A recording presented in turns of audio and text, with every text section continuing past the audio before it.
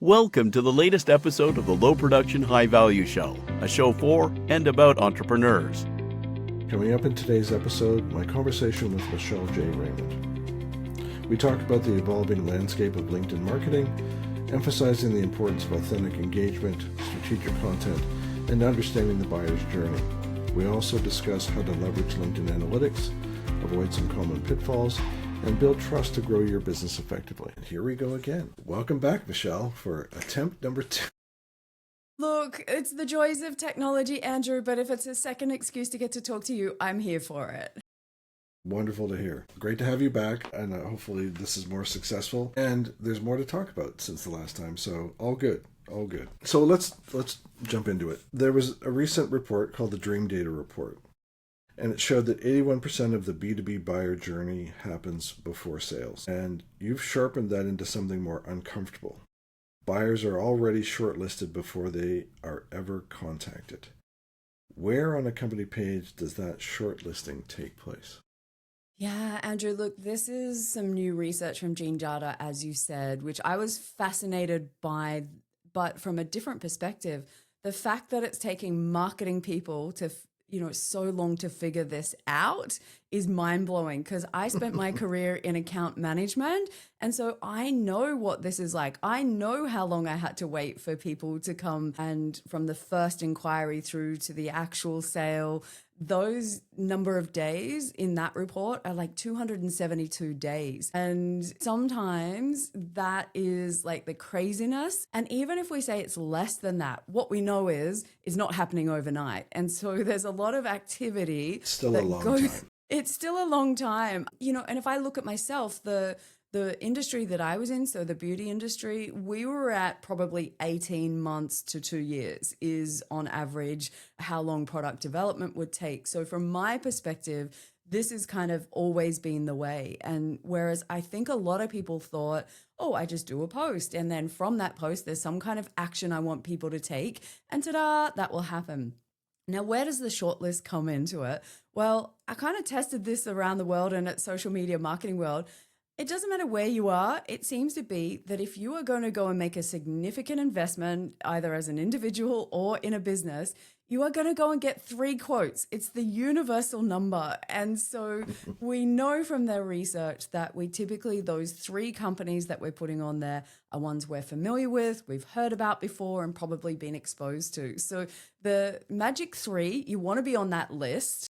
But that work doesn't start today when someone's buying. They've probably already figured out that list long before you know about it. And that's the thing that brand building is supposed to do, is make sure you get on that list. And I think there's this magical marketer's mindset where it's just about clicking on a link and download and go into my funnel. And I've never understood that. And so for me, I'm glad to see some things are starting to cross over. And of course, I understand funnels better these days. Well, when you think back to your time in the beauty industry, and you said it was like 18 months or 12 to 18 months, and I'm assuming, and correct me if I'm wrong, in many ways, you couldn't be talking about exactly what was coming out in 18 months, specifically corporate secrets and so on. And if it's a situation now where someone has to keep someone interested for that amount of time without revealing the secret sauce, How does one keep someone engaged for that amount of time?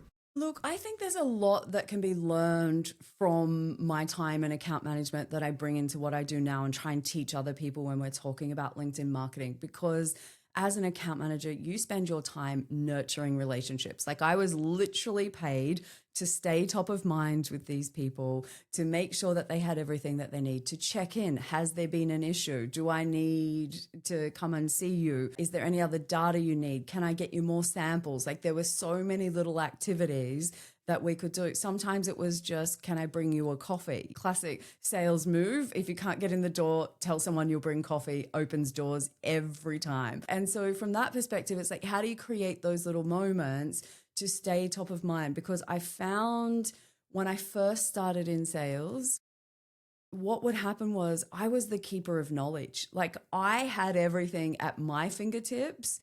And that included the product, the industry, pricing, logistics, like you name it. I was the keeper of the info, and my clients would reach out to me as the keeper of that info, and I would give them answers. But I realized as time went on, especially in the beauty industry, they wouldn't reach out and say, Michelle, what product do you recommend that we use in this upcoming product development? They would say, Andrew, I want this. I believe you guys are the distributor. I want the technical specs. I want pricing. How long will it take to get it here? And can you get me a sample? And so I was coming in way later and going, how did they find out about this product? And why did things all of a sudden change? Well, information's so readily available online now. And so making sure that on LinkedIn, especially it's the professional platform, it comes up in a lot of AI citations. This is one of the big things that LinkedIn's loving right now. But we've got to make sure that that information is out there and available online. And, you know, your company page is one piece of that. Profiles are another. And then obviously everything that the marketing team does off LinkedIn as well. Well, and you set me up for another question that I had planned, which is this idea of the citation. But more importantly, we're talking about buyers being further along in the journey. And now, because of AI, you highlighted that situation where you were coming in later in the funnel, but you were engaging with a prospect that was more informed and had more specific questions to ask rather than general ones they might do at the outset. And that suggests to me, especially now in the era of AI, that they're using AI to, now I can go on AI in 30 seconds. I can have a chart built, direct competitor comparisons, pricing, customer feedback, whole litany of criteria. And then when and if I see fit, I'll engage sales from a much more informed perspective. My questions will be more targeted. And in some ways, that puts the vendor on the defensive because, oh boy, do they know that? Does the client or prospect know their stuff? They're coming in armed and dangerous, and there really has been there's a power shift, you know, and it really is real. Like, I lived this and I saw it. This isn't something that anybody else has done research and I'm reciting. Like, this was literally what happened in my role. Now, fast forward, I haven't done that role for around 6 years, but I was still involved with the industry, and I have seen some of the tech that's been built in the meantime that takes this up like an even like 10 levels.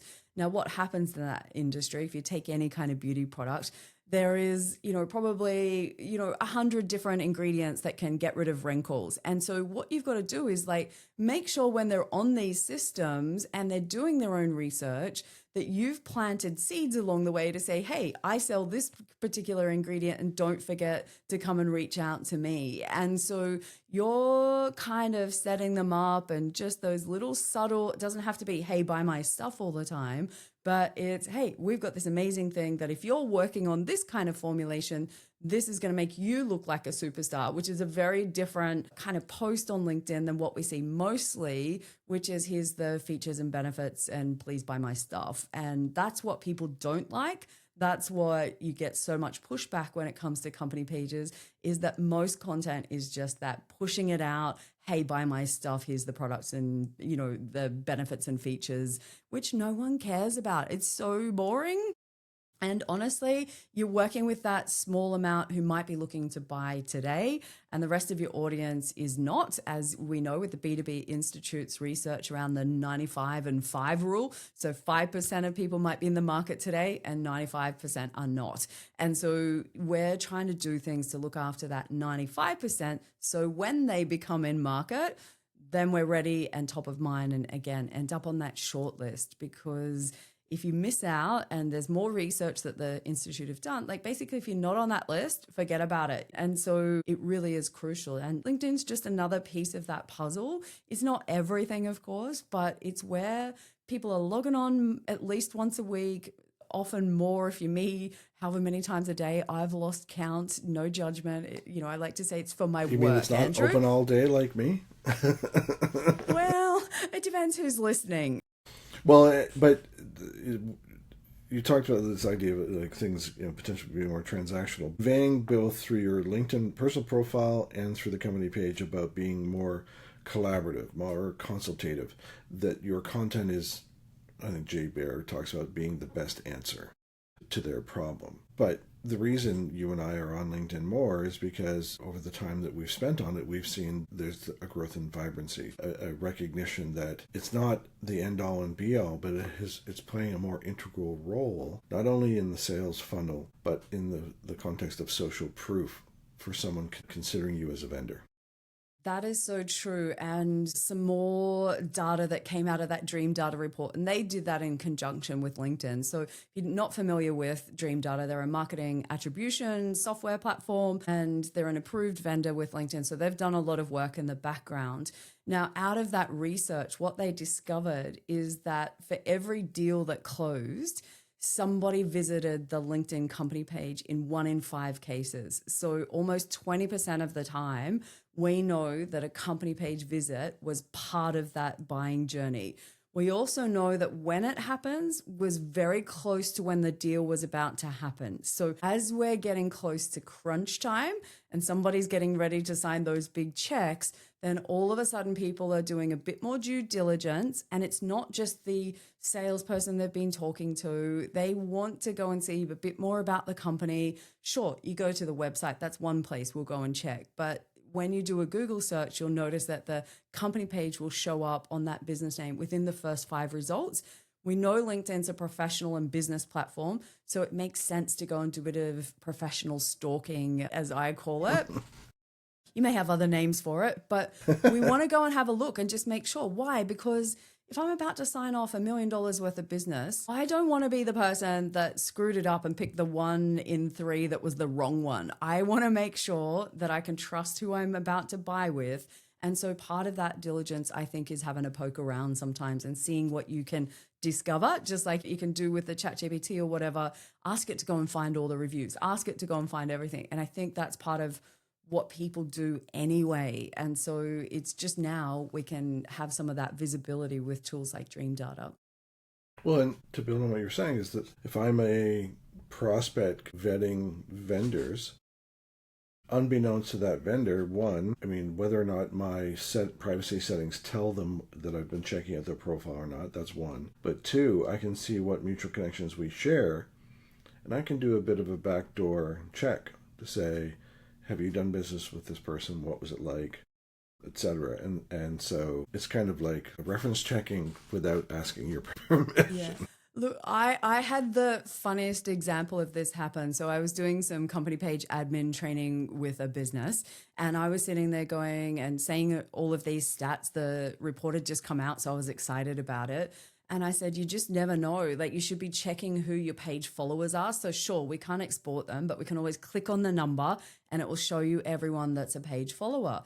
And so we did a live example, and I said, you should be checking this to see if there's any, potential prospects that are aligned with who your audience is, and make sure that your sales team know about it. Like, if you can see people from companies that are now following your page that fit in line with your ideal customer profile, then make sure you're communicating that with someone else in the business. Like, it's not about collecting followers just for the sake of it. So as we did that, as soon as we went in there, like, thank God, like, because normally it doesn't happen during training. Of course, this brand new customer that the whole business was excited about getting had followed the page. And so they Fresh literally, meat. I was like, yes, finally. Normally it's the other way around. When you're doing training and want to show an example, it never works. But I was like, see, I told you. And I said, how many times does that happen? Because I don't come into too many businesses when I'm working with them and actually see, hey, do you have a process for when someone follows the page? Nope. Okay, so we just want to have the most followers because are we relying on LinkedIn to show that those followers your content in the home feed? Because I hate to break it to you, but that ain't happening. Like, we know it's a few percent of the feed at best, and that assumes that you've got some decent content that people actually want to see. So their whole process is broken. And then they say, we're working on demand generation. I'm like, no, you're not. You're collecting followers, letting them gather dust and doing nothing with it. That's the thing, the process that's broken. Is pages are working in isolation, and they really should be in connection with other people in the business, whether that's your sales team, whether that's, I don't really care who it is, but I know it just doesn't belong collecting page followers.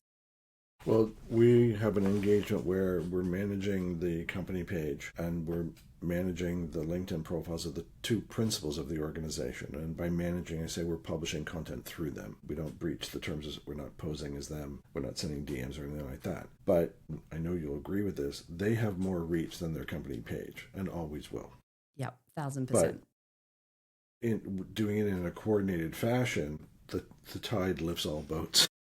Look, the power of two, Andrew, you know me, you know that I'm not here to try and convince anyone that that's untrue, that if you post on your profile, you won't get more reach than on your page. At the moment, it feels like nobody's getting any reach. Might be just me, but some days I'm like, LinkedIn, are you still on? Like, what's going on? And I'm being honest here because over the last 2 weeks, and I've been doing this for a long time and the numbers come and go and I'm not particularly too upset by it. But some days, or probably more regularly than not, I'm at about probably a third of the impressions, for instance, that I could have got probably for the last 10 years. And so it is shifting. There is a fundamental shift on the platform that if you just sit there and kind of sit back and think this is all going to happen by magic, yeah, you're in for a rude shock. And I think we're starting to see that now where the post-COVID, where it was like the gold rush on LinkedIn, everything was happening, everyone was there, everyone was open-minded. Nobody had anywhere to go. Yeah, that we're all hanging out there doing business. Like it was amazing. And then now fast forward, you got a crazy world that's going on, whether it's wars, whether it's finance, whether it's uncertainty, whether it's like automation tools that are the scourge of everything, whether it's AI slop or whatever you want to call it. Like we're not in that world anymore. And it's really, and I've been through it myself. I'm not immune to this and I'm certainly not throwing it just at other people. I found at the end of last year that all of a sudden my business had just got chopped from new inquiries. So I had to take a look at it and go, what has been working? What hasn't? What do I need to do differently? And I'd been getting a bit relaxed is probably the answer. Like I'd always had consistent inquiries come through from different things and didn't have to do a lot of like the good stuff, like the outbound, the DMing, the nurturing. And then all of a sudden it was like, whoa, AI is doing a lot of what I used to do. What am I going to do differently? And what, I have to go to work now? Yeah, unfortunately, that was the answer. I have to work hard. Now, if I'm someone that's got 30,000 followers, a couple of podcasts, a good reputation, I get to speak in front of places. If you're listening to this and you don't have all of that behind you, now is the time you're going to really have to fast forward any plans that you ever had or didn't have to really fast forward your activity levels. And I mean structured. I don't mean just doing it for hours and hours for the fun of it. But I actually think that some people are going to turn on LinkedIn and say it doesn't work anymore, when what has actually happened is it fundamentally works differently now. And like it or not, it's here to stay. Well, does that mean from your perspective that, let's shove impressions aside, because chasing impressions is a fool's errand. It's up and down. You can't control it, so stop trying. But from the standpoint of, as long as you maintain some consistency, at least a couple weekly posts, and focus on quality, non-transactional oriented, non-pitch oriented content, but helpful educational content, that's not going to solve all the issues or problems or constraints of LinkedIn, but is that, shall we say, a good objective? Not the final goal, but at least a good objective? Yeah, look, I think you have to have a process for, yes, content's one piece of the puzzle, but we know now the way that it works. Like if you have great content, but a rubbish LinkedIn profile or a rubbish company page that hasn't been updated properly, that's out of date, or maybe you can't be bothered updating most of it because you're not going for a job at the end of the day. So why would you worry about it? What we're seeing now is the integration of all those things and how they come together has really changed. And so there's that piece of the puzzle. There's also, if you're not proactively going looking for those people and starting conversations with the people in your target audience, I'm not sure that LinkedIn's doing us as many favors right now in the feed. Actually, I'm certain of it, that it's kind of divided things up even and made it harder. So whereas before you could kind of scroll and see the people you wanted to stay in contact with, well, LinkedIn's kind of fundamentally shifted that. And now it's around topics. So not professional networking like we all thought it was. And if you've been on there for as long as what you and I have been. It's always been about professional networking.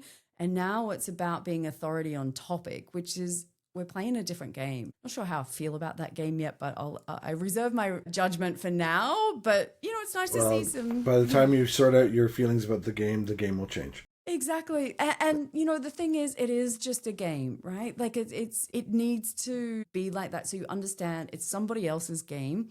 It's their rules and we choose to play it. And so arguing about it, worrying about it, and getting focused on algorithm reports or all that kind of stuff is rubbish. And I'm pretty stronger on that view because we lost sight of our customers and why we're actually doing this in the first place. So to your point, it's not about impressions. It never was, but it was how we could measure and justify our existence. It's actually always been about the customer, always should be about the customer, and everything you do should be about them on LinkedIn. And I think if you go in with that mindset, how can you show up for them?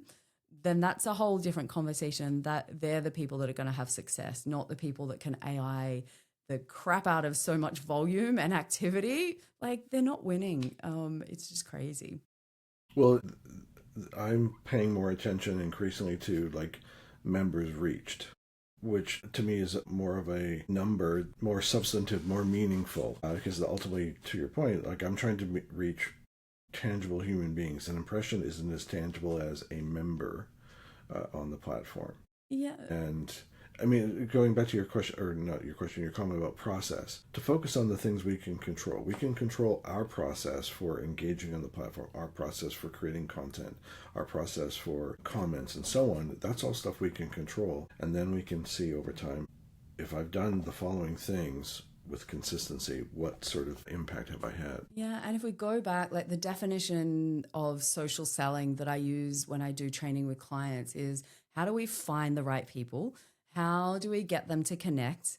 How do we nurture those relationships so that we're top of mind and they can recall us when they become in the market and are looking to buy something, whether that's your personal brand or your company brand? The same thing applies in my mind. And most people have a content plan. What kind of content will we put out? And that's kind of the end of their time on LinkedIn, because they don't want to be salesy. They don't want to be sending DMs and coming across like all of the spam. And there's a lot of reasons that a lot of people don't want to do other activities besides posting. And I think that's a mistake in where we're at right now. And why is that? Because every little action on LinkedIn right now sends a notice to the, algorithm and all the LLM stuff that's behind LinkedIn now.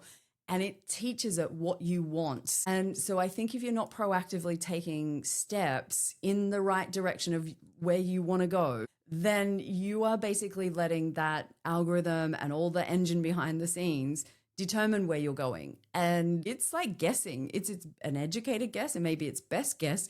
But if it doesn't have all the details, it can certainly, you're going to go off grid pretty quick. You can either swim with the current or swim against it. Which one's harder? Yeah, and sometimes getting swept up in the LinkedIn current, all of a sudden you realize, like, how did I get here? Like, we've all been there at some point. Like, what starts off as, oh, I really like that person, and I'm just going to go, and then I'm going to go down a rabbit hole, and then, oh, wow, that's interesting. And, shiny light syndrome is certainly, again, can't be just me, right? But, if you spend enough time on there, there's a lot of cool people, a lot of interesting stuff, and that's the opposite of how I'm teaching clients to use LinkedIn, because I want them to use LinkedIn to grow their business. Like that's the whole purpose for me. Other people, it might be job seeking, but I have that really narrow lens of what's going to help people grow their business. And so I think when we have to take these actual structured activities, and sometimes that means getting over the fears, Andrew, because you would have seen it with your clients.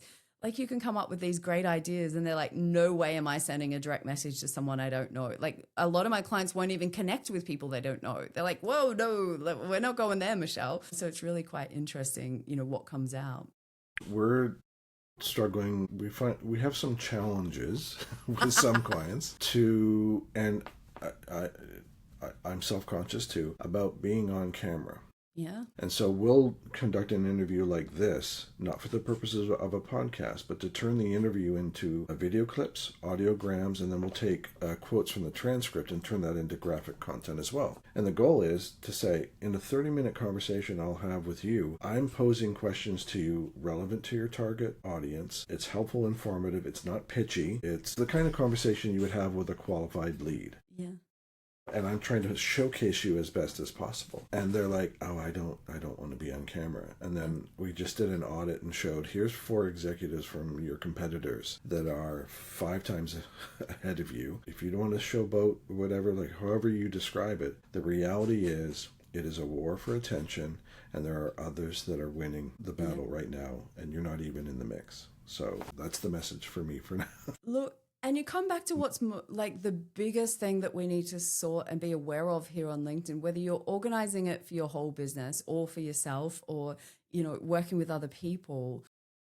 The game is the people. You know, the game is not trying to get LinkedIn to do things that you want it to do. It's literally how can you support people in your business to take these actions? And I spend a lot of time trying to tell people, if you can get people who are currently invisible on LinkedIn to press the like button regularly, that's a huge win. Whereas everyone like just wants to jump straight from hidden to let's post every day, let's make cool videos, let's do this, let's do that, because that's what LinkedIn loves. Meanwhile, your people are rocking in a corner, just going, get away, it's not my job, or the classic, I'm too busy for this. You know, if someone says they're too busy, that's code for go away. That's your job, not mine. And I am scared of LinkedIn, but I don't want to tell you that. And the more you try and force them, the worse it goes. It ends up, the whole program blows up because the people who are trying to make it happen are trying to drag everyone else along while they're actively, it's like this tug of war.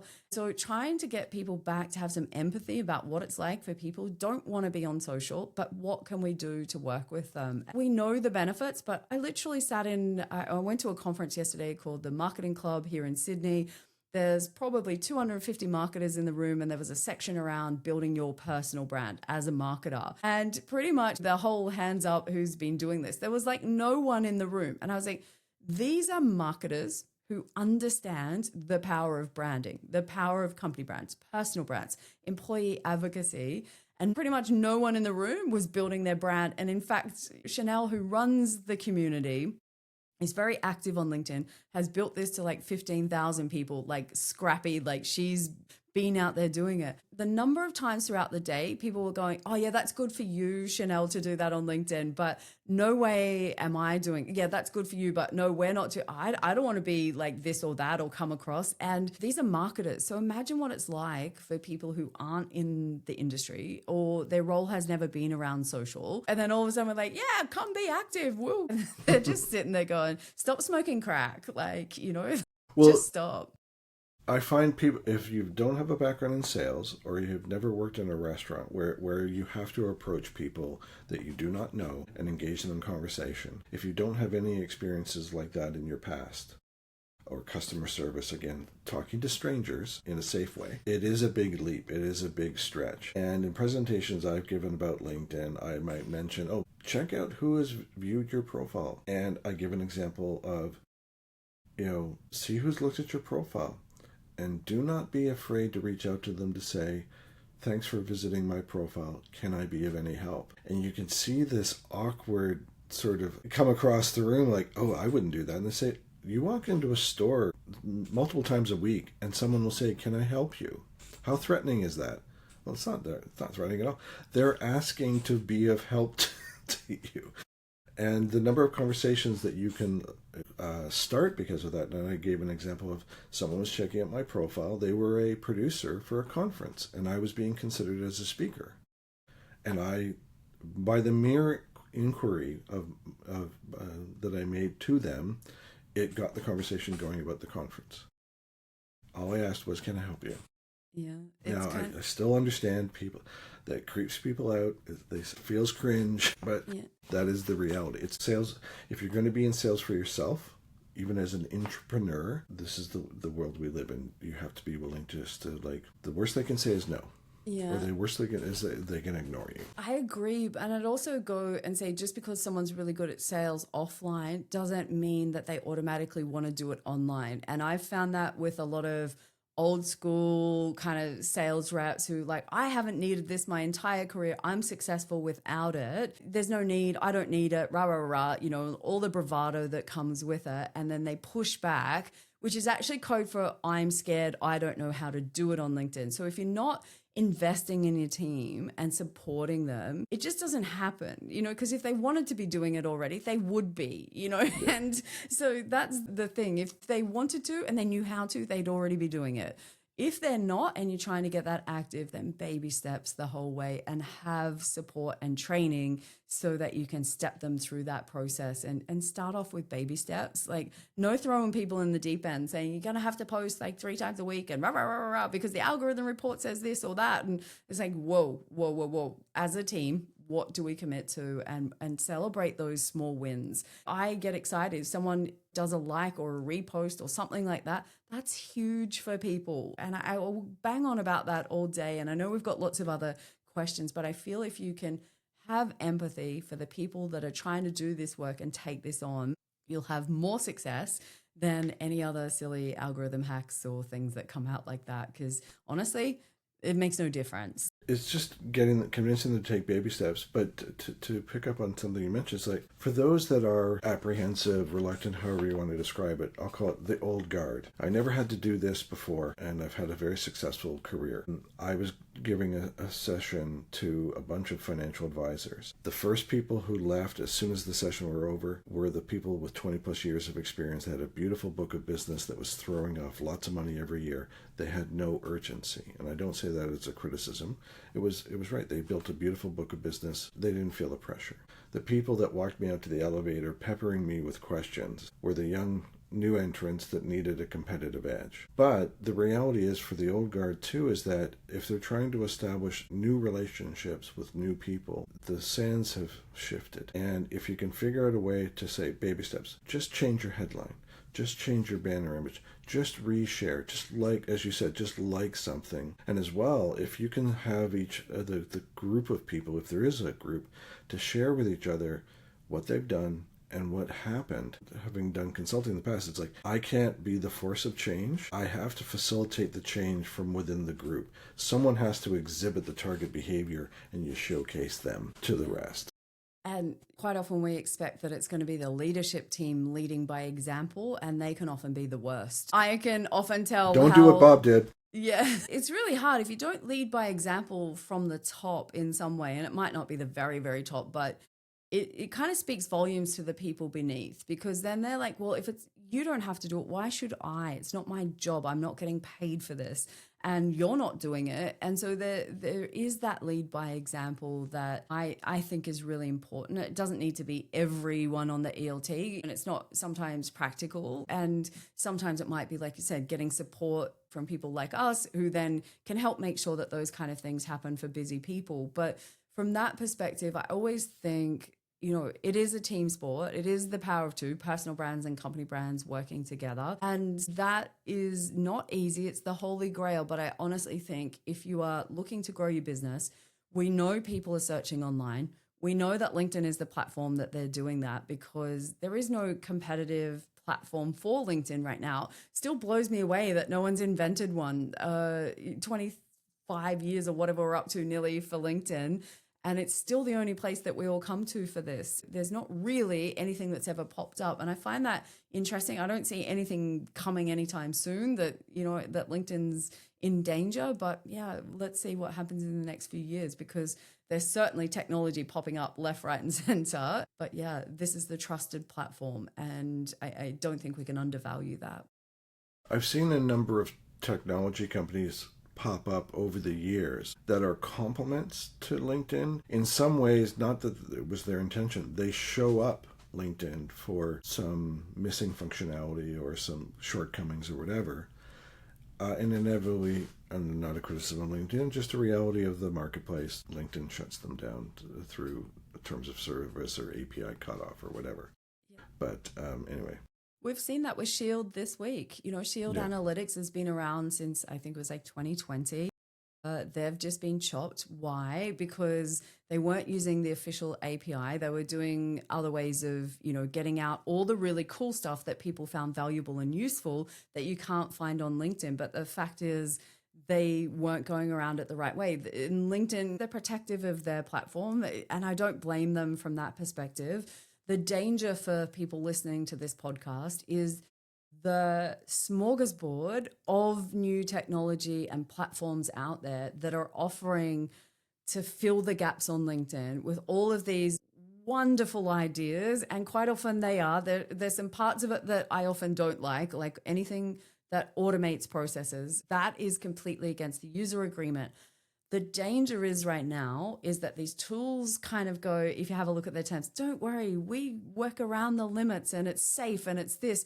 You see a tool that says that, run the other way. Anything that automates or AI or scrapes data is against the user agreement. And I really think you should be familiar with the user agreement because LinkedIn's cracking down on that right now. And I don't think that Shield, they will certainly not be the last one. There's probably a really long list. Whilst on one hand, I wish that they would just learn from them or buy them out and buy the technology and bring it across. I would pay for things like that in my LinkedIn membership if it did a lot of the cool stuff. I love Shield. I knew the founder, and I tried to meet up with him when I was in Copenhagen 5 years ago when he was early in his startup era, but it's just the reality of the marketplace. And I laugh at some of these automation tools for LinkedIn where I'll get an automated DM on LinkedIn and you go and look at the person who sent it and you're like, you're not even using it well for yourself. Yeah, like I had a phone call yesterday, which I accidentally answered. I was waiting for and the story was I booked my Uber to pick me up. And then 2 seconds later, a private call came through and I thought, oh, maybe it's something to do with the Uber I just booked. And so I answered it and it's like, hi, Michelle, this is something. Are you having trouble with your sales and marketing on? And I was like, hang up. But to the point, like, I have been through LinkedIn legal troubles myself, right? So I'm super sensitive to this because I was using their well, there's a couple of things, but one of the things was using their logo on my YouTube thumbnails, and that's against the user agreement as well. So I'm not asking people to do this because it's like some fairy tale story, urban myth that people talk about that one day LinkedIn will come and get you. No, when you get a cease and desist letter and you wake up in the morning and you think, is this real or not? And they're threatening your account, which I rely on that for my business. I can tell you that makes your heart start racing more than I care to go through ever again. And the amount of effort and workload that went into like fixing up all of that kind of stuff. And I get it from LinkedIn's perspective, where I think, oh, it's just a thumbnail and I'm trying to get people to use LinkedIn more. That's not how they see it. And again, go back to how we started this conversation. Their game, their rules, we choose to play it and we have to stay in those rules. Although I guess fundamentally there are some things going on the platform right now where I do feel like one half of us are playing by the rules and the other half are on steroids and cheating the system. And I don't like it for that perspective because sometimes I wish the LinkedIn police would come and throw a whole bunch more people in jail. And I hope that their technology gets smarter to get rid of that because it feels unfair to me right now. I have a pretty strong sense of justice as part of who I am.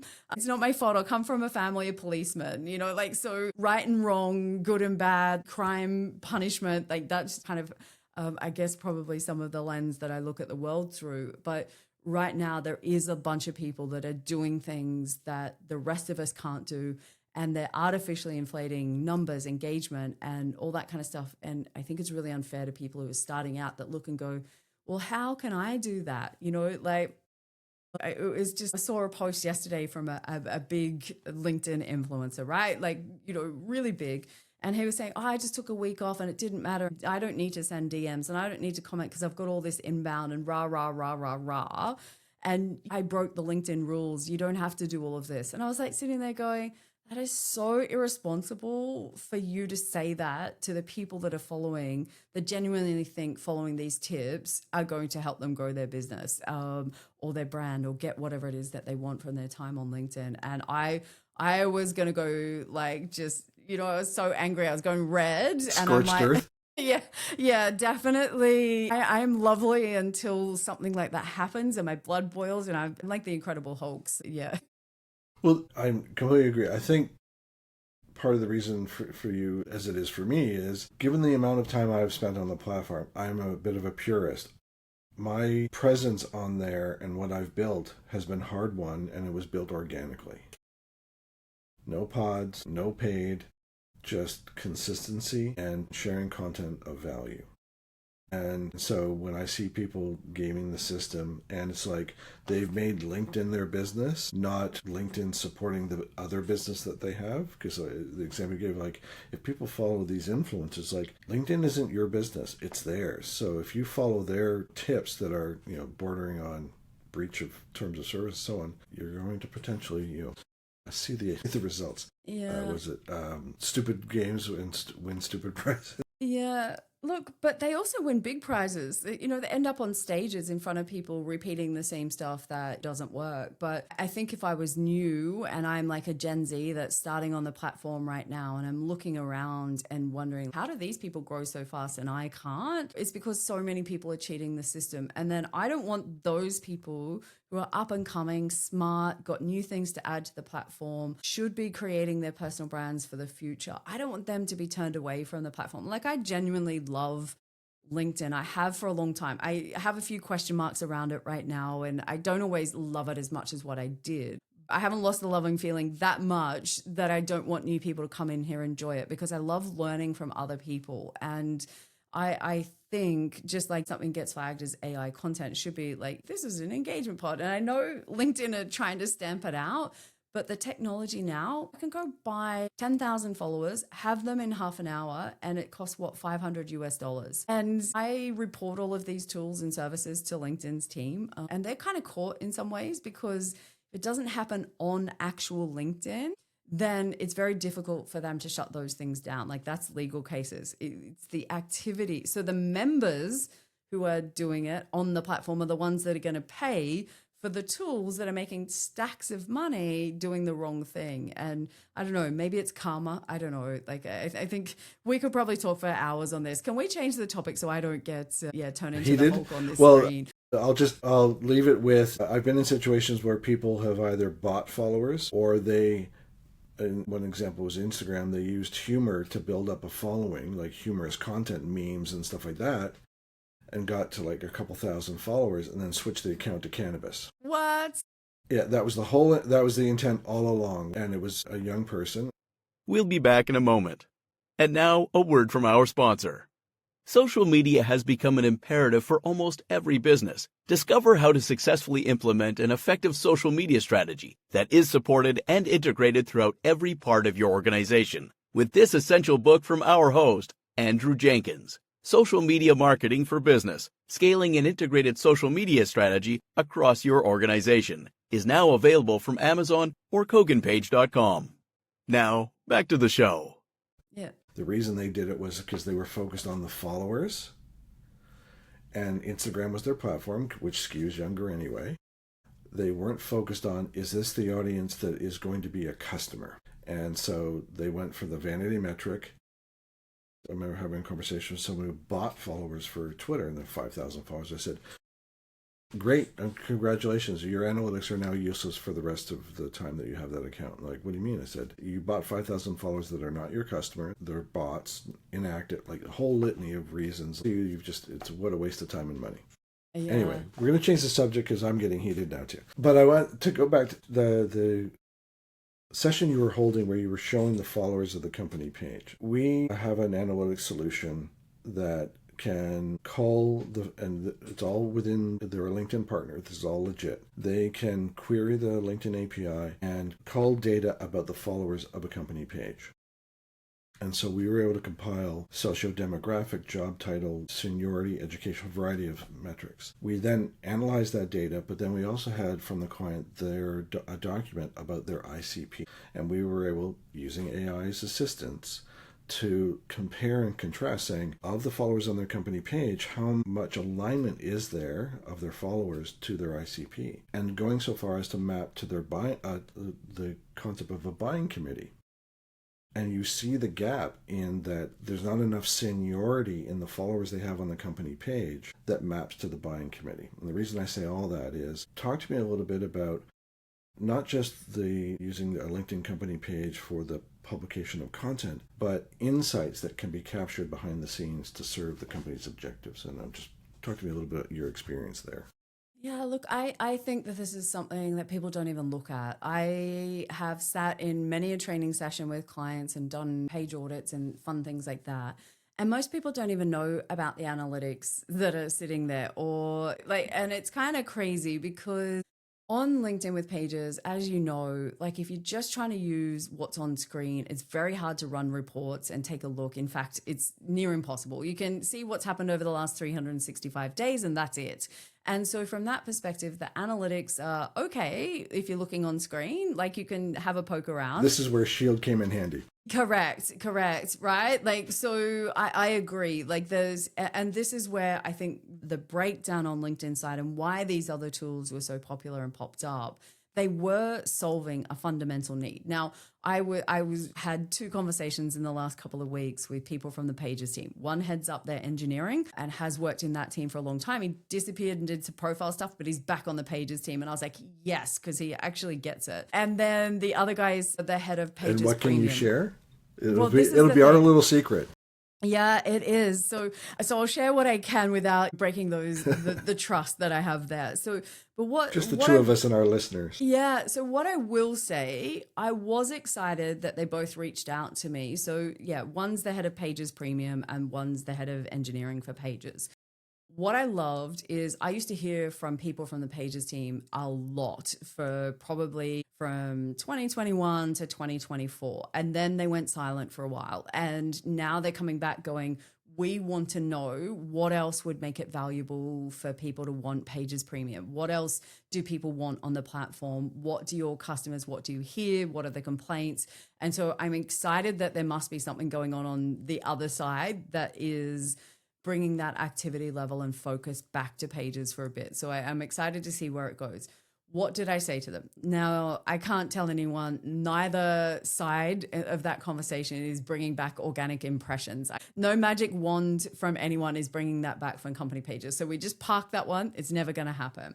So what did I ask for? Things like better analytics, things like being able to run reports, better analytics on the newsletters, being able to go back more than just 365 days on your analytics. The demographics, like you said, I think are super important, and being able to drill down into some of that would be amazing. And because realistically, the people that are running pages are typically marketing teams.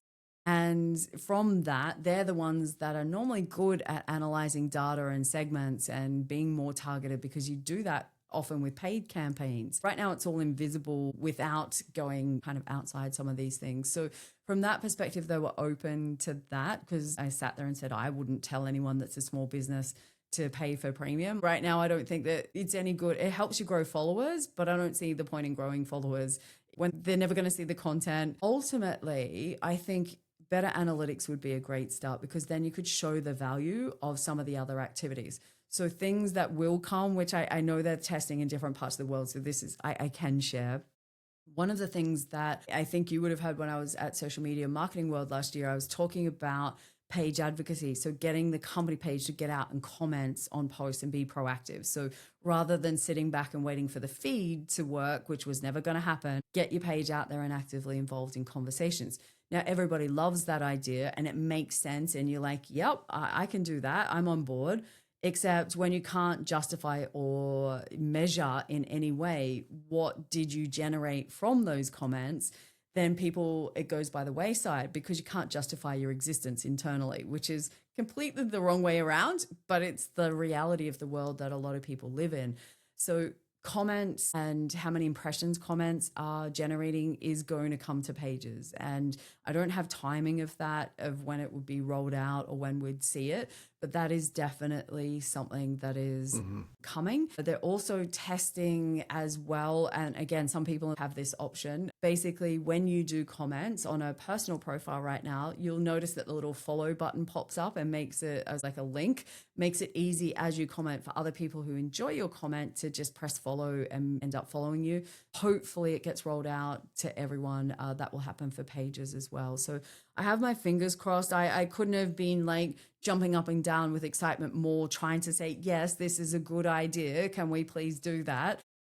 But we'll see what happens, because sometimes they make some crazy choices. But shout out to the team at LinkedIn. Like, please, if you hear our prayers, this is what we're after.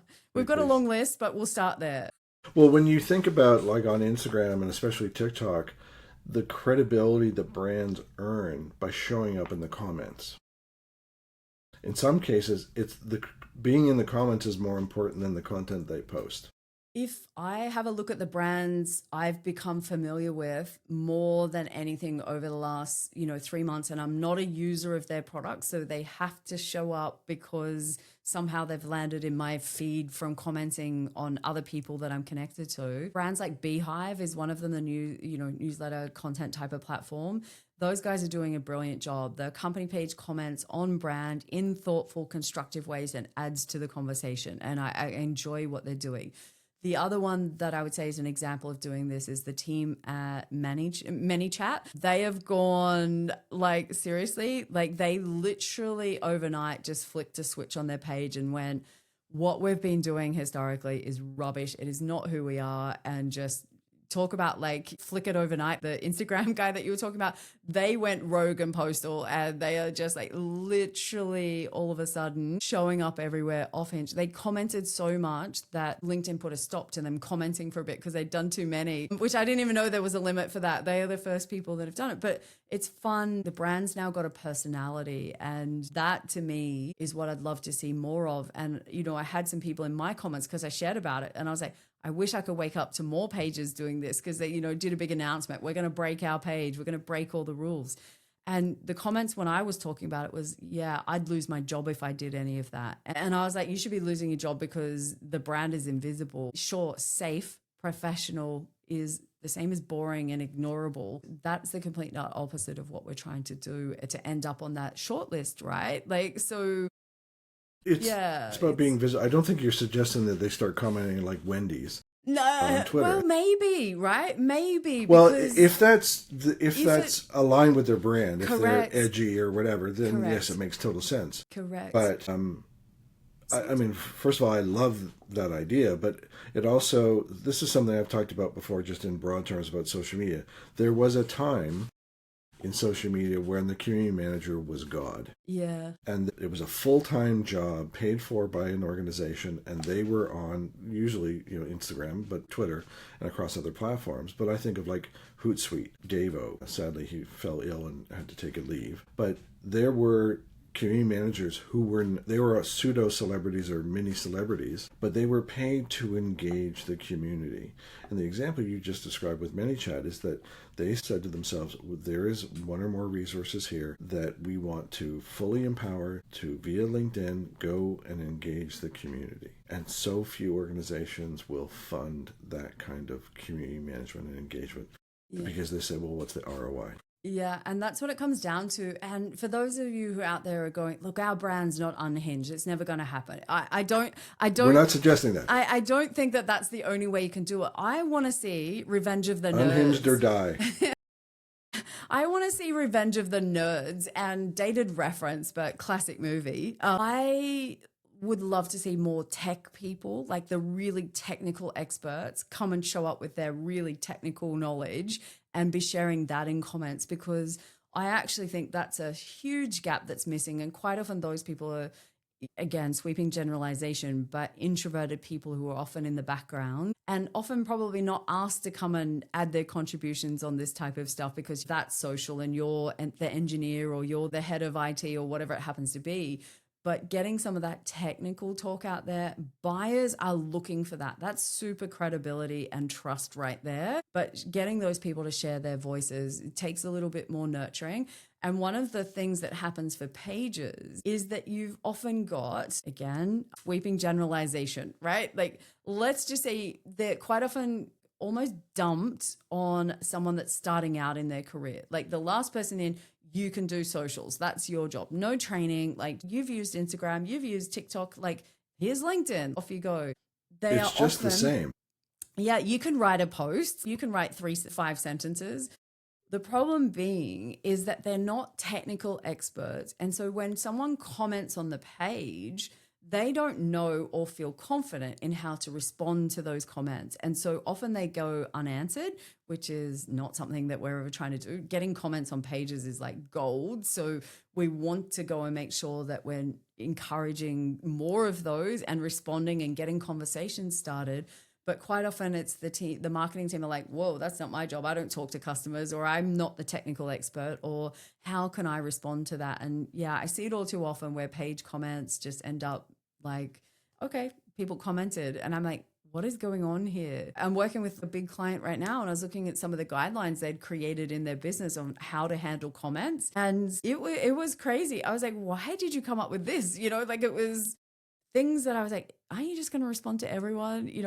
And then it was like, and if it's a bad one, we're going to ignore it. And if it's this, it's going to be that. And I was like, we're not ignoring any comments ever. But if something's really bad, that someone's gone way off script and they're trolling or something to that effect that's offensive, just delete it. Like, get rid of them, block them from the page. I don't tolerate any of that kind of nonsense. I will encourage my clients, if it's somebody that they know is from within the industry that is raising a point that is, in every industry, not everyone gets along. Like, that's the purpose, especially if you're trying to do big things. But if it genuinely is challenging your ideas, then stand up to the plate and actually deliver your response to it and show other people. I had one client that used to ignore them all, and they had the same guy show up all the time. And we came up with a strategy for how we'd respond. And then over time, what we saw is the rest of the community would start to respond and shoot the conversation down. And so that was the ultimate. That took time, and it took a lot of strategy and effort.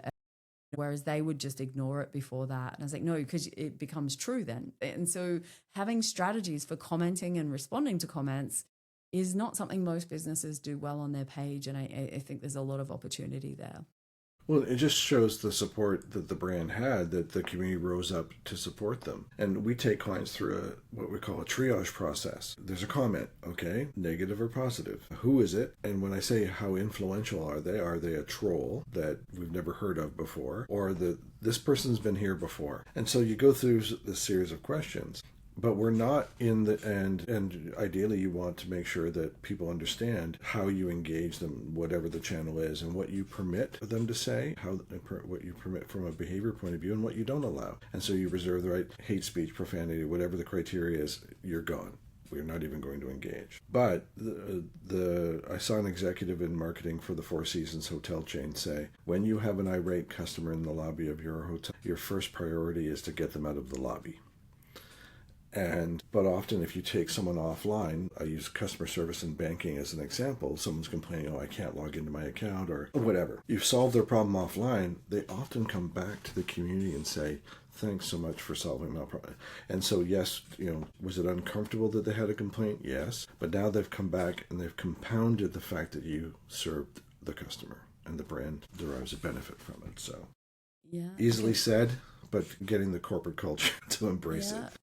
And also just having some clear guidelines. I'm doing a lot of work recently with people that don't have social media policies or guidelines for people that are managing the page. And so they're making this stuff up as they go, trying to make the best decision that they can with their knowledge, experience, and in the absence of any other guidelines, probably doing a pretty good job. And some of them would say, whoa, that's like gone way above my pay level. I'm just here to post the content. That's my job. And having those processes, like you say, of what do I do when this happens? How do I handle it? Do we have canned responses that we can just copy, paste, repeat because we want to keep on message and make sure that we repeat the same answers to these types of things and get that message across?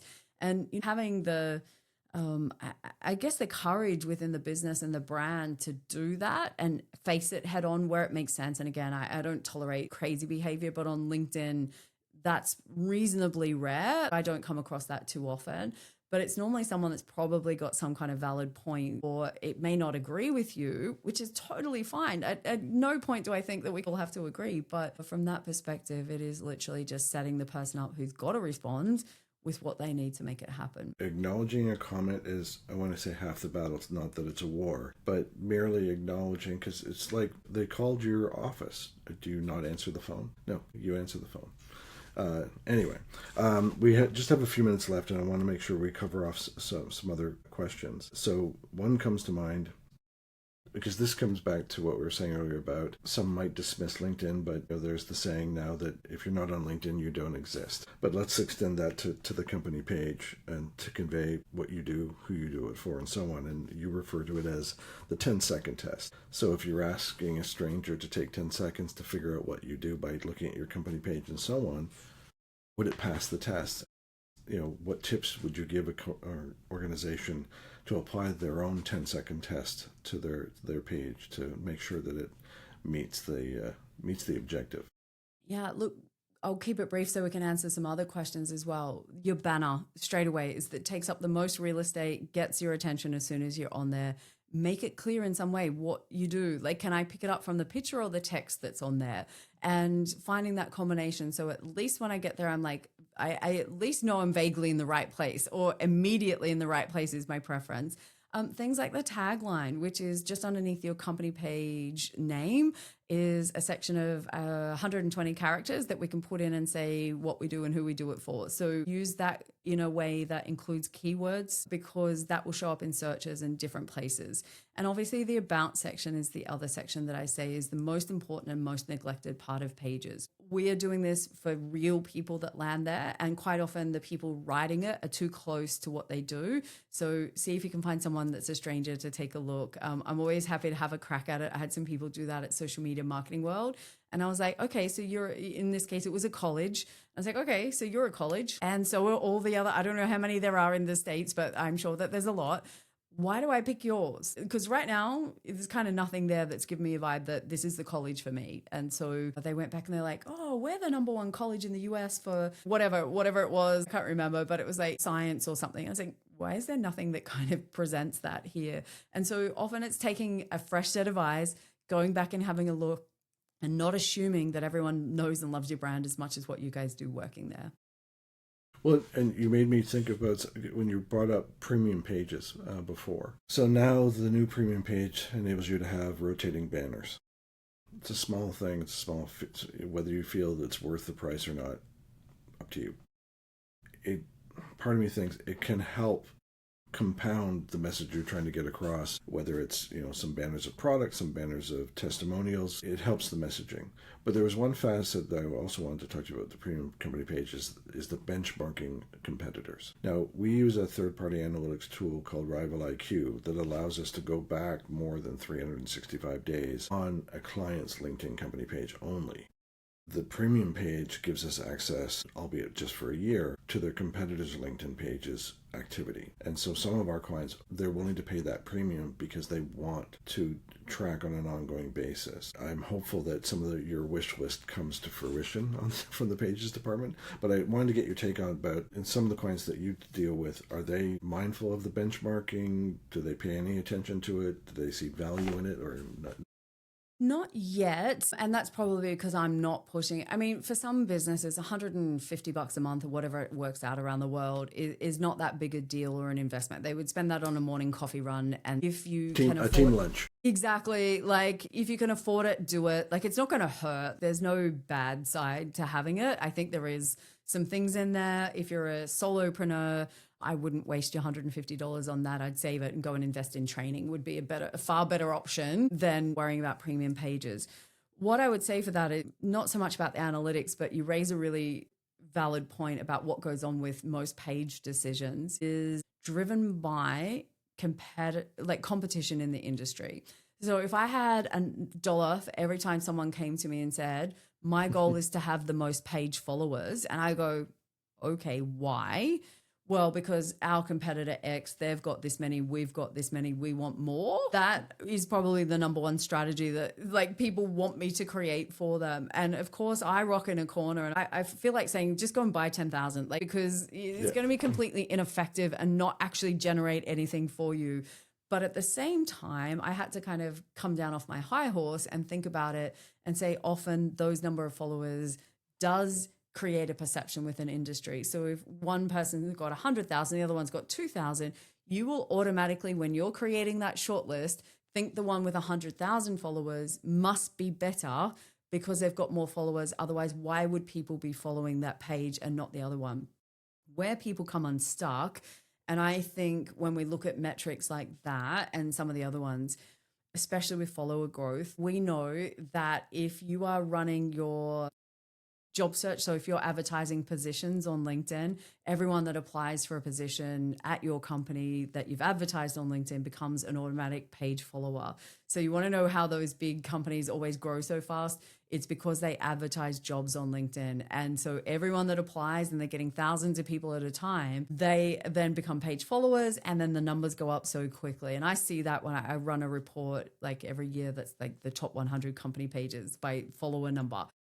So you see that the big companies, they grow at numbers that everyone else is like, how are they doing it? It's not their content. They're paying to game the system. Yeah. And so I get very nervous when people want to compare themselves. I think there's an element of it can be making sure that you're doing enough work and keeping up with the workload and the effort that they're putting in. I think it can be helpful. But often what happens is they tend to want to then copy what that page is doing. And I'm trying to go, no, if that's working for them, we're going to do the opposite and find what's going to work for us. So I get a little nervous with things like that. I think there's a benefit, but most people use it the wrong way. You would know with your experience, you're doing the right thing. I'm sure your clients are trying to drag you down some other funny little race. And we pay more attention not to the follow, because to your point, some of the companies they want to benchmark against say like they are an anomaly. They're the King Kong of the industry.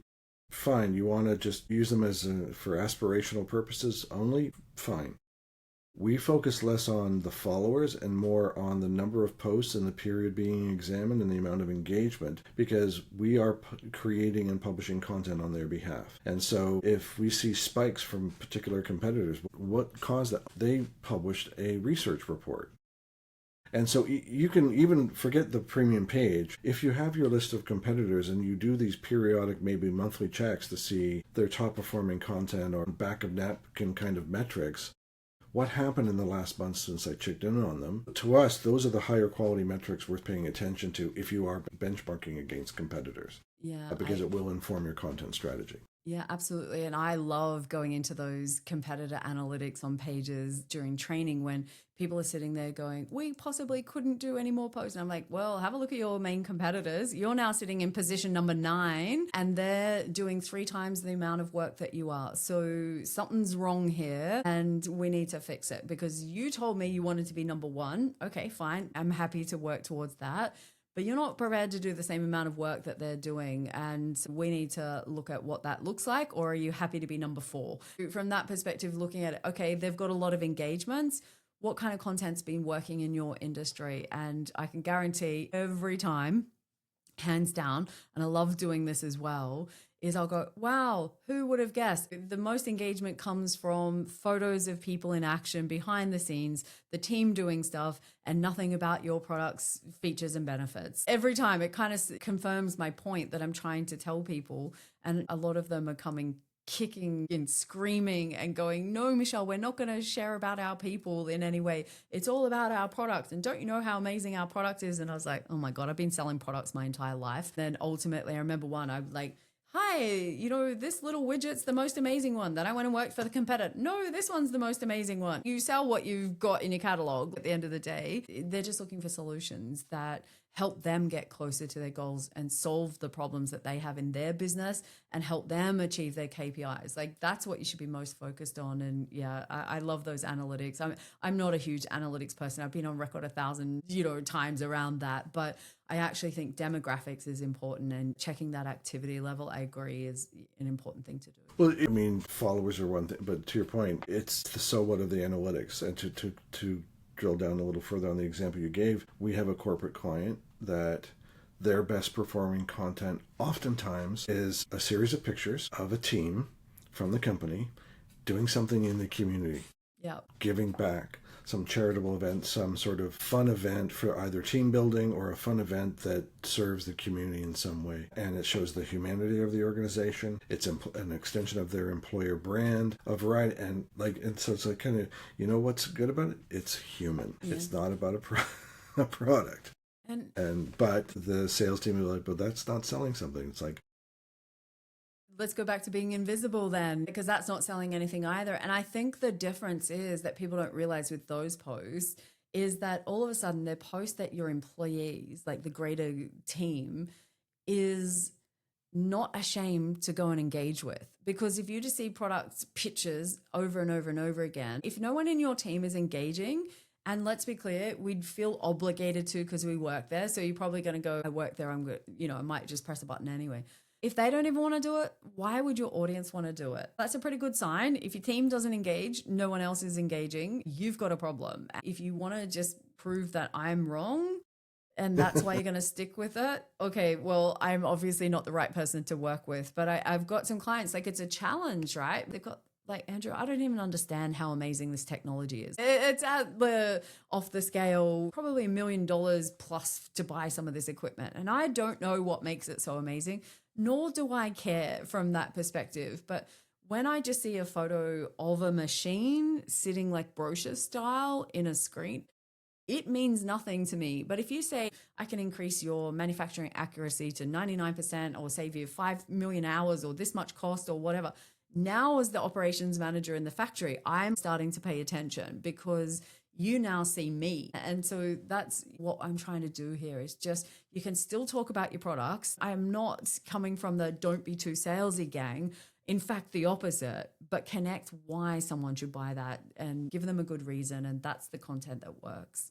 Well, people buy from people they know and trust, which is, I mean, it's cliche, but it's the reality. And so if you can convey your humanity, your trustworthiness, and as well, I mean, the Edelman Trust Barometer came out, in the spring, like usual. And again, people don't trust institutions. So the more you can have a coordinated effort between the company page and your employees, it's going to serve the trust. I don't want to end before saying, I watched your most recent podcast episode on YouTube. And just trying to think of the name of the company that was featured. Atkins Realis. Yep. Right. Yep. I smiled when she said they were a team of 3. And because you highlighted earlier someone saying, we can't post as much as our competitor because we just don't have the time. And then you could say, well, here's a 1,000-person company. And I see this all the time. It's not the number of employees. It's the number of resources that are responsible for digital, or more specifically social. And oftentimes it's a team of 1, a team of 3, maybe a team of 5. Yep. And they are tasked with this just crazy amount of work. Yeah, and big teams, big resources, big brands, lots of employees does not guarantee success. In fact, I would say it almost guarantees no success because it's normally, we would say, a dog's breakfast here in Australia. I don't know if that translates. Oh, yeah, no. But we hear it all the time too. Excellent. So that's what most page strategies are. You've got regional teams going one way, global teams going another. And from that perspective, it doesn't work. What I loved about that is it's easy to assume that that's why Atkins Realis was able to grow to 500,000 followers in 2 years. Now, she is very upfront. Holly was sharing that, yes, we do have a big team. Yes, we do have these things, and honest about that. What I think actually grew that page is her being able to say no to internal requests for crap content that didn't belong on the page. It was her going, we're not posting 6 times a day. We're going to go back to 2 at most. So it was less content, not more. It was. But even the fact they're doing 2 a day is so much more than most. Yes. And it's not a criticism. I was like, oh, okay. Because even like some of the the consistent benchmarks, if you can get 2 to 3 posts a week out, you're doing something. Yeah, look, and from that, it came because they've got their team active and the employee advocates, and it became part of the culture. They supported people to get up and running. They created resources for people. Like, they've worked their butts off to make it happen. So I didn't want anyone to say it's just because you're so big, that's why it happened. No, that's not why it happened. It because a small bunch of people sat down and went, what will have the biggest impact? And the biggest impact was actually asking the question, I think Holly should have this on a t-shirt, is why would someone follow our page?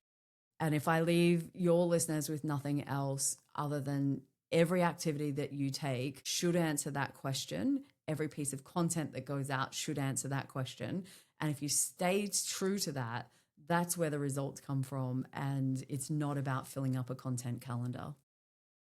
Well, with that in mind, that posing of the question, you've talked about page failure archetypes, ghost town, internal newsletter, product dump.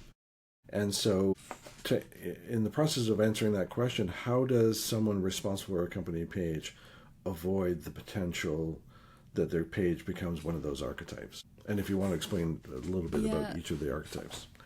And we'll end things there, because this has been great. I think we've now set the record for the longest episode in a good way. I have a track history of doing this. So when two people who love a platform get together and talk shop, this is always bound to happen. Look, the archetypes that I have there, ghost towns, they're the ones that are ignored. You've got the bulletin boards where it's just all the internal stuff that every request, we're going to be at this trade show, here's our new starter, and it's just all about the company. And all the requests come from people within the business that want you to post something. So then we've got the ones that just are in love with their products and just want to talk about their products over and over and over again. They're kind of the three types of pages that I normally come across. And what strikes me that Holly, in your example, was facing that constant barrage from internal resources, like post this and like having to say, no, time out. Yeah. And saying no is hard because it starts like this. Hey, Andrew, could you just post, we're going to be at this trade show. Andrew's a nice guy. Sure, Michelle, no worries. I'll do that one post. And then Michelle comes back. Oh, we're at another trade show. And these big companies, they're at trade shows all day, every month, every year, multiple ones, the bigger they are. And then the person from HR comes, oh, we've got a new starter. And then the salesperson comes, can you do this? And then and you're nice and you want to maintain relationships in the business. Often it just happens slowly and osmosis over time. All of a sudden your strategy's out the window and all of a sudden you're just posting what other people tell you to post. And so it does take some courage to push back and say no and back your strategy and say, I know this will work and this is why we're doing this, and find other ways. So Holly had to encourage people to post under their personal accounts, which is something that I work with clients. We had one client, one company page, we posted every 2 hours for 3 days. They had a big launch and some of their teams were still upset that they weren't getting their post earlier for their region. I said, it's no problems. Get your global or regional managers to post under their personal accounts. It's not just all the pages job. And then all of a sudden opened up this whole new world of, oh, wow, the people that are well known in the region, they can post as well. And so it is back to the team sport. It is about finding out what the priorities in the business are and aligning your LinkedIn strategy to that and not the other way around. And again, it's not about filling up a calendar with just stuff. It is about what will, can I say move the needle? I feel like I shouldn't say it. Like, what's another saying so I don't become a cliche, Andrew, but my brain's not working fast enough. But it's got to have an impact. Maybe that's my new word. I think that's the better word, because moving the needle, well, what needle? It's not followers, right? It's not likes. And there may be a lag between we did this in social and it correlates to some sort of business outcome on our website or a sale, or like you highlighted, somebody followed their page that is currently a sales conversation. Well, that's not closed yet, but when I say closed, you've closed the loop for the sales team of here's what's happening in social and it correlates to something you're doing offline that's meaningful to your business. And so that's, to use your word, that's impact. The best way you know that this is working, that nowhere on here can measure, is when someone shows up at your event trade show booth and says, I saw your post on this, whether it's from an employee or from the brand, I don't care. Like, I'm not choosy, just as long as they can say, we saw this on LinkedIn and that's why we're standing here. And when you get face to face with people, that's when you realize. I met some people that I've known on LinkedIn for the last 5 years. They're from New Zealand and they were at the conference yesterday running it. And he's like, Michelle, blah, blah, blah, blah, blah. And like recited everything that I've been doing for the last 6 months. I was like, Stu, where's my comments? Where's my likes? Like nothing, right? Like, but he's seen it all, parked it up here. And when we were face to face, he was like, yeah, and this and that. And I was like, whoa. And I never underestimate the power of people watching but not engaging. And that's especially true for pages. So, well, LinkedIn is filled with lurkers. Yeah, I brought up Holly and your podcast episode, but I didn't comment or like. I watch it on YouTube. You're killing me, Andrew. I'm a subscriber though. But this is the thing, right? Classic example. I didn't know you'd watch the YouTube thing. Don't know who is absorbing a lot of the stuff that I put out there. And I've seen it more and more recently. And as a podcaster, that's especially so. Like, this goes out there. So anyone that's listening, please let Andrew know that you're a listener. Reach out and connect with both of us. Let us know what you got from this, because it is the weirdest feeling to put so much time, effort, love, knowledge into episodes and have them go out and people are sitting there, like maybe at the gym, maybe you're driving, going, this has been so cool. Like, can you let us know? Maybe I'm a little desperate, Andrew, but it's just nice to talk to people the other way around, right? But see, for me, and do I want listeners? Yes. Selfishly, I do this so I can talk to people like you. Yeah. I enjoy these. No, I enjoy it. I like to talk to other marketers. I like to talk to other entrepreneurs. I like to talk to other people who can help entrepreneurs because that's part of the audience as well. And so selfishly, this is just me scheduling conversations with people I enjoy talking to. And if that means that my curiosity brings an audience with it to listen and watch, then that's a win for me. There you go. But it's not about me. It's all about me then. I know. Well, so, like I said, I believe we've set the record of my near 75 episodes for the longest one in the best way possible. Love it. So, know that. Thank you so very, very much You. for everything you shared. And hopefully now people will take, some time to review their company pages and also like do that 10-second test and just reframe their perspective on what a company page can do for them. So thank you very much. Absolutely. I'm all about putting the love back into pages. If you want the results, it's going to take a bit of effort, probably a little bit more effort than you're prepared to do. But is it worth it? Yes. Do we know it contributes to people buying from your company and business growth? Yes, we do. We've now got some stats that show that. So yeah, that's the thing. We know it works, even if sometimes you might be feeling like you're speaking out into the abyss. It does actually make a difference. Well, and I encourage them to subscribe to your YouTube channel or subscribe to the podcast itself. Just to stay abreast of what's coming from your insiders at LinkedIn for company pages. Yeah, I'll be doing the same. It's exciting. Look, I'm going to double down on pages on the podcast. So if anyone wants to check it out, social media for B2B growth, LinkedIn strategies for B2B marketing is the podcast. But yeah, YouTube channel at Michelle J. Raymond, you'll find me. But yeah, I appreciate having the chance to talk shop for so long. And I hope it's been valuable to everyone that's listening. Thanks again. Cheers. Thank you for joining us on this episode of the Low Production High Value Show. Be sure to give us a rating and subscribe to make sure you never miss an episode. Don't forget to check out Volterra at volterradigital.com to learn more about how they can support your social media marketing.